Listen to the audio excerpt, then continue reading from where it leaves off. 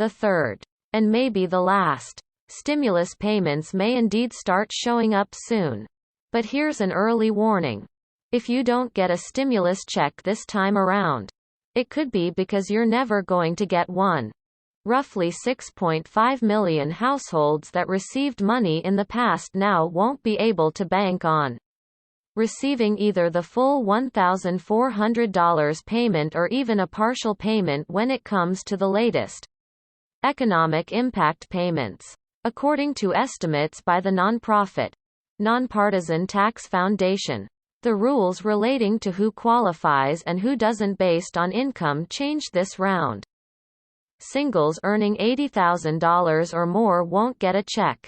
Married couples earning $160,000 or more won't get a check. But there's another option. If a single filer made more than $80,000 in 2020 but ends up making less than that in 2021, the taxpayer could claim an economic impact payment based on their 2021 income when they file a tax return during the tax season next year.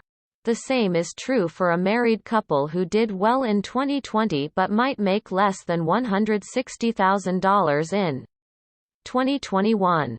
The Senate approved the $1.9 trillion COVID-19 relief bill Saturday and the House is set to vote Tuesday, paving the way for President Joe Biden to possibly sign the legislation into law this week.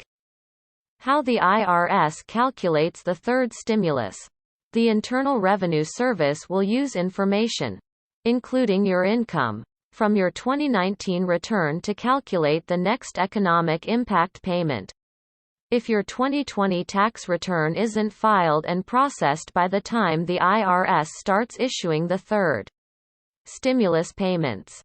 The third stimulus payment is based on such things as whether you're filing single or married, filing a joint return, how many dependents you have, and your adjusted gross income. The latest goal is to better target the COVID-19 relief cash to households that may need the money the most, including families that have been unable to receive unemployment or other benefits and have experienced a financial hardship during the pandemic. Under the latest program, additional payments could go to all dependents, not just children 16 and younger. As part of the third stimulus, all dependents, regardless of age, qualify for up to an extra $1,400. As a result, college students age 23 or younger could qualify, or elderly parents living with you, according to the measure that passed the Senate on Saturday. Who is at risk of seeing smaller payouts? The latest program creates a sharp drop-off in the households that will receive payments and in the partial payment amounts, said Garrett Watson, senior policy analyst for the Tax Foundation. The full $1,400 goes to single people earning up to $75,000. But it phases out quickly after that and is completely phased out for those earning more than $80,000.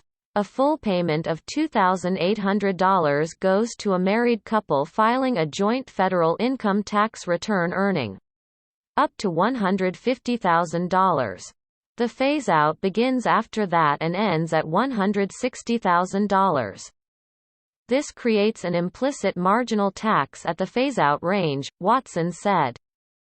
Someone might be less willing, for example, to pick up an extra $1,500 or more in income this year if they're already making $75,000 because they'd lose some decent stimulus cash along the way. Watson said the latest phase-out range isn't ideal tax policy. It can dissuade people around that income range from earning more income this year when looking ahead to their 2021 tax filing, Watson said. What did previous stimulus programs cover? The first two stimulus programs used a more generous income range. The past stimulus payments, those for the first and second programs, were gradually reduced for singles with an adjusted gross income between $75,000 and $100,000. and for married couples who are joint filers with an AGI between $150,000 and $200,000. The first stimulus checks, which began rolling out in April 2020, were up to $1,200 for individuals and up to $2,400 for a married couple. An extra $500 was offered for dependents age 16 and younger. The second stimulus checks, which began rolling out in January, were up to $600 for individuals and up to $1,200 for a married couple. An extra $600 was offered for dependents age 16 and younger. The money itself for next round of stimulus payments could roll out in a similar fashion to the last two stimulus payments.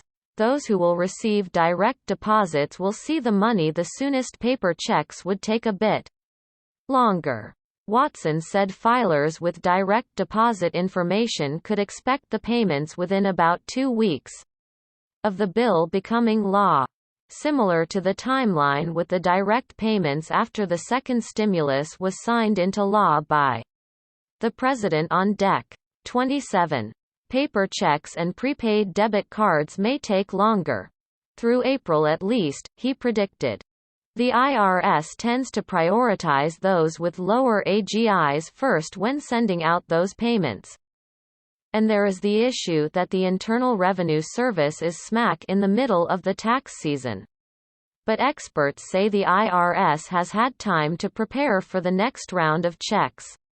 So that might not be an issue. Some households could still experience delays in getting that money.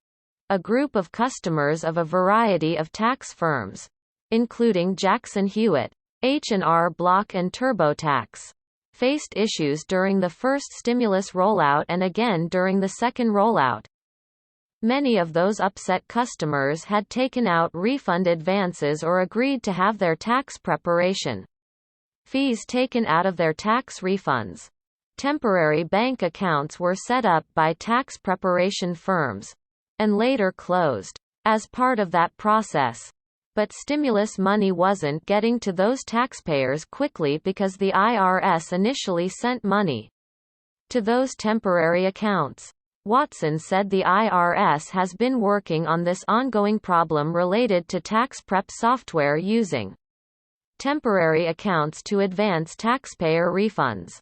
This will need to be coordinated again during this tax season, too, as many filers will opt for this method and the direct payment could get stuck in the temporary account set up by tax prep software, he said. The IRS is aware of and working on this issue.